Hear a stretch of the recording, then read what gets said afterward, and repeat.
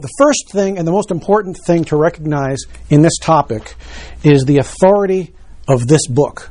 This book has in it over 140 years of collected wisdom on meetings. And every single time I've run into a controversy in meetings, I have found that the answer is in here and how it can be dealt with correctly. So, a lot of wisdom here. It's tested, time-honored for over 140 years. So ignore this at your own peril. If you ignore the book, contention can arise. You might have the police come and shut down your meeting after 13 hours. And this photograph is actually from a meeting that I was at in 2012. And there were two factions. It went on for 13 hours. This was at Grand Canyon University. And finally the police showed up. You can see them there, these two guys and this guy here, shutting down the meeting, which then continued in the parking lot.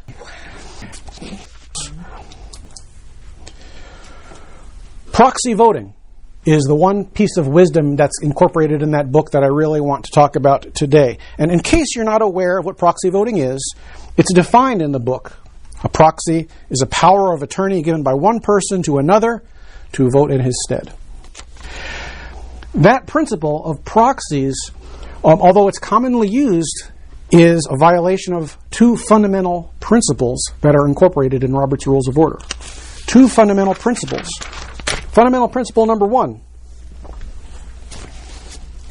as Roberts puts it, quote, the members actually present, or the members present at a regular or properly scheduled meeting decide for the entire membership. Okay. And that fundamental principle is actually repeated two more times in the book. It's taken so seriously that it's in the section on rules that cannot be suspended, where it says it is a fundamental principle of parliamentary law that the right to vote is limited to the members of an organization who are actually present, my emphasis added, at the time the vote is taken. And it's again reiterated later in the section on absentee voting, where it says the members who are actually present, are the ones who decide. That's fundamental principle number one. Fundamental principle number two. One person, one vote. One person, one vote. That's a fundamental principle. This is taken so seriously that it has implications that you might not even think about. For example, you all know that if you're a member of a board and you, for example, have two positions in that board, suppose you're the secretary and the treasurer or something like that. Each one gets a vote, right? But if one person holds both of those positions, you don't get two votes. If you are elected to a board or a committee or something, and you are elected by two separate groups of constituents, you don't get two votes. So if you read this here, it says one and only one vote. This is true even if a person is elected or appointed to more than one position, each of which would entitle the holder to a vote. For example, in a convention, a person selected as a delegate by more than one constituent body may cast only one vote. Now, this is really important because if you think about the implications of this, one of those groups perhaps is getting disenfranchised. Their votes aren't being counted. And so how does Roberts allow for that? How can it allow for one group to be disenfranchised of their vote? Well, we're going to see why, I think, a little bit later on in the presentation. But in summary, I'm pointing out this to you because it shows just how important the one person, one vote rule is. It's a fundamental principle, and it can't be ignored. It can't be ignored to the extent that they won't even allow you two votes if you're elected by two different bodies in a group. Okay. So that's fundamental principle number two. What about explicit prohibitions? Where are proxies specifically mentioned in Robert's rules? Well, there's at least three places where Roberts actually says, you can't use proxies. Okay, the first one there, very simple. One person, one vote. An individual member's right to vote may not be transferred to another person, for example, by the use of proxies. In the section on roll call voting, they talk about using electronic devices. And they actually mention, in the context of electronic devices, that precautions must be taken to make sure you can't lean over and vote for your friend if your friend isn't there. Right? In other words, lending his keypad to a friend so that the friend can vote for him in his absence by proxy. Who would have thunk it? Your telephone, your cell phone. And then number 3 of the explicit prohibitions here. It actually says that proxies should not be permitted unless the laws of the state require it and the bylaws provide for it. So those two things have to happen for you to be able to use proxies in your meetings. Because, quoting, proxy voting is incompatible with the essential characteristics of a deliberative assembly. Pretty strong words there. All right. And to leave no doubt whatsoever, there is what I call an automatic prohibition in it. You can't use proxies unless they are expressly stated in the bylaws. That first paragraph there says, you can't use proxies except when they are expressly stated in the bylaws. All right. That's good enough, but then they go even further, again, to eliminate any further doubt, and they say, if the law under which an organization incorporated allows proxy voting to be prohibited by a provision in the bylaws, the adoption of this book as parliamentary authority by prescription in the bylaws should be treated as sufficient provision to accomplish that result. That's a mouthful, but what it says is, if your bylaws are silent on proxies, right? Just adopting this book in your bylaws prohibits us. So they've really covered all the bases here. I mean, they really... Joe? Yes. Would it have to tell you in the bylaws of whatever board that this is the overriding factor? That this board follows Robert's rules? Yeah, the bylaws would have to say this. Have to say that. Well, not the board, but the whole organization. Right. Just two caveats to that. One, a nonprofit corporate statute in Arizona allows proxies. However, the statutes for HOAs and condominiums do not. So HOAs and condominiums cannot allow proxy. Even the bylaw says by proxy, the state statute says you can't have proxies in HOAs or in condominiums. Okay. I think that one though also is clarified by saying that it has to be authorized in your bylaws to be able to do this that. Nonprofits. Yeah. Okay, an objection to this rule that you can't use proxies. The only legitimate objection that I have heard in the various meetings where this has been discussed is the fact that some people legitimately cannot get to a meeting.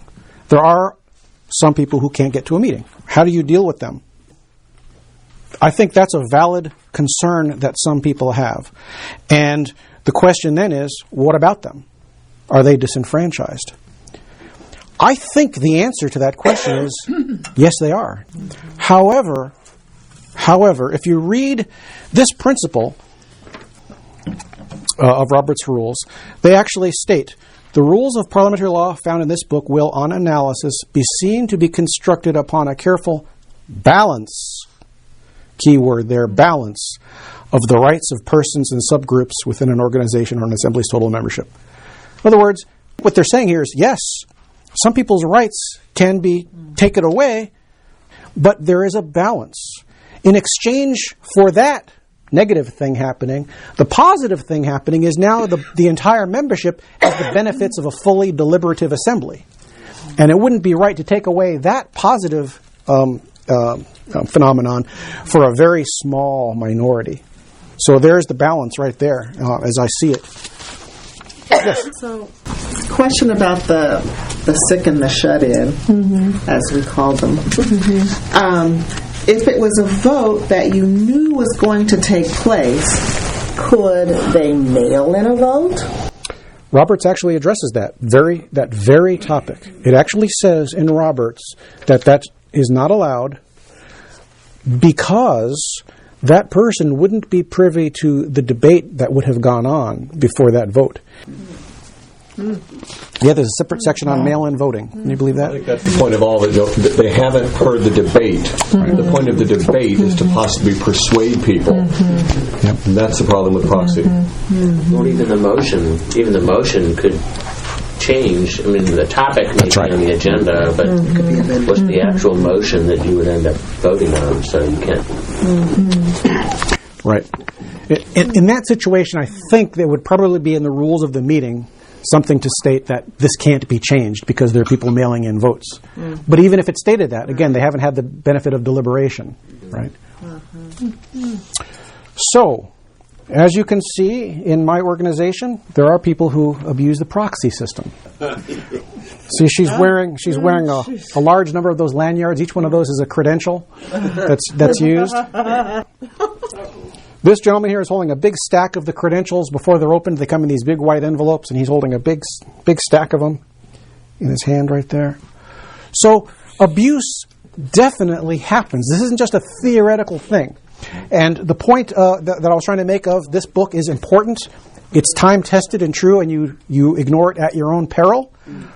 I can tell you a lot about what goes on in the party that I participate in. But rather than me telling you, you should know there was a hearing last year in the Arizona State Legislature where we got a legislator to introduce a bill that would limit the use of proxies to two max per person in the party for all the meetings.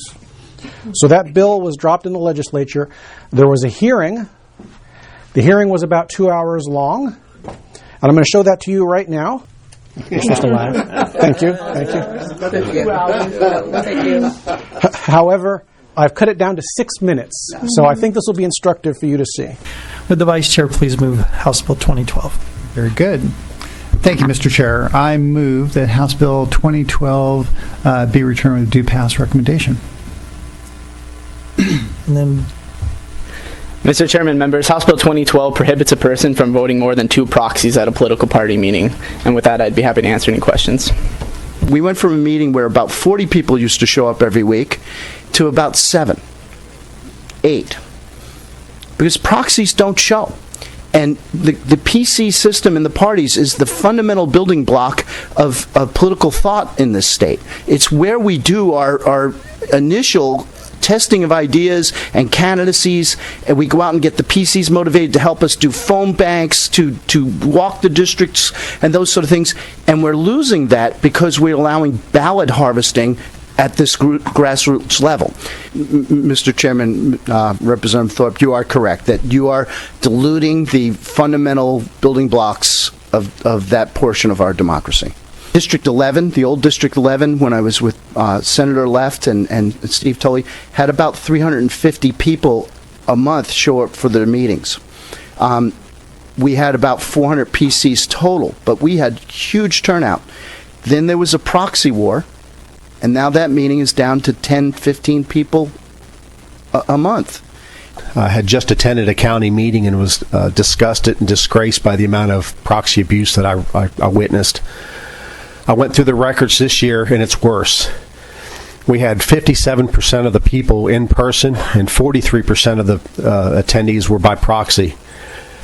I have 21 legislative districts that are represented at the Maricopa County Republican Committee meeting. Of those 21, 5 had more proxies than in person. And then we started checking some of the sign-in sheets, and there are singular people carrying 8, 9, and 10. It's not like everybody's carrying one. It's not across the board. It's little pockets of people that are trying to influence the elections. Their attendance numbers are down. I'm seeing that across the board. They're signing up precinct committeemen that are called ghost or paper PCs. They have no intent of ever showing up at any meeting anytime. They're just there to have a handy vote for somebody that's going around their precinct gathering them up. One particular person carried 22 proxies. Given her own vote, she had 23 total. That was out of 30 seats in that precinct. the average person carrying proxies that play this game, and I do call it a game, the average person carries between 9 and 12 proxies, which of course gives them 10 to 13 votes, one being 13 votes out of 17. And this was true across the board. It wasn't just one district or two districts, it was multiple districts. So in that one particular case, there were 23 proxies carried by one person, and that's a total of 24 votes for that person. I'm going to go to my own legislative district. In 2016, when we had an election there, a group of people showed up, most of whom had never attended a meeting before, and they showed up with 69 proxies. The end result is we had a board change. The end result was that those people who had been attending meetings before, in the number of 30 to 40 people at a meeting, dropped. The old line members dropped off. The new members, now LD 15, has a general attendance of 7 to 8 people at a meeting. We had a meeting last evening. There was a total of 34 people. If you take out the guests, if you take out the board members, if you take out the candidates that were there for election, they had 7 members there last night. It's an invitation to factionalism. People had prepared and practiced and worked very hard on their parliamentary procedures so that they could avoid being steamrollered, and they spent the entire meeting fighting back. Well, I can tell you that less than 2 weeks ago, on January 27th, we had our state meeting where people from all 15 counties come and they get involved in the process. I made a speech from the floor, not a speech, but brought up points of order, and the room was enthusiastically supportive of what my comments were, and yet when it came to the vote went down. Now, how did that happen? You had about 300 people voting by proxy that didn't come to the meeting, yet you had all of the other counties that did show up, that were there, that took the time to be there, to be involved in it. We cannot fix it with our bylaws. Good people like me are leaving the party because they're disgusted. At the latest Republican State Convention 3 weeks ago, 581 persons were present. They carried 388 proxies. During the roll call, it was announced that one chairman alone was carrying 42 proxies. I thought I would show that to you, spoken from the people who are involved, show how realistic and real this problem is. Lessons learned. We see that attendance drops, participation drops, people quit in disgust. Here's one that wasn't mentioned, although I think this is an important one also. You have those big meetings where you've got 600, 1,000 people. Whenever a motion is made, a vote needs to be taken. And when you vote, voice vote, it goes quickly. But you can't do voice votes legitimately when you've got people carrying proxies, right? I think it slows business way down. Every vote has to be counted in some way. And you can't just do a standing vote either. What happens in my district sometimes is there'll be a standing vote, and the chair will say, hold up the number of fingers that you have proxies. Oh, wow. And then tell us go around and count people's fingers. Wow. And then finally, the big one, as I see it is difficult, I would even say almost impossible to repeal. Once they are in your bylaws, and once people start using them, right, it takes a bylaw change to get them out, right? Well, a bylaw amendment takes a 2/3 vote, which is a high enough standard already, right? But guess who has the advantage when you're voting to amend the bylaws? It's exactly. The people who are using the proxy system have the advantage, right? And so there's no way you're going to get 2/3. So the result is everybody has to play the game, right? Y'all have to do it. The opposition has to do it too to have any hope of getting some control back. But think about this. This is basic human nature. Suppose you're in the opposition group and you recruit and you recruit and you recruit. You play the game and you get all these ghost PCs, right? So that you have a 2/3 majority and you can amend the bylaws. Think about it. Yeah, you're not saying that. You have the power now. Do you really want to amend the bylaws to get rid of that power? Nope. Yeah. I mean, I think it would take very principled people to do that, and they do exist, but not in large numbers, in my opinion. Interesting. So, proxies. Robert's rules. Incompatible. Thanks. Moral and Pretty much put all the stars up.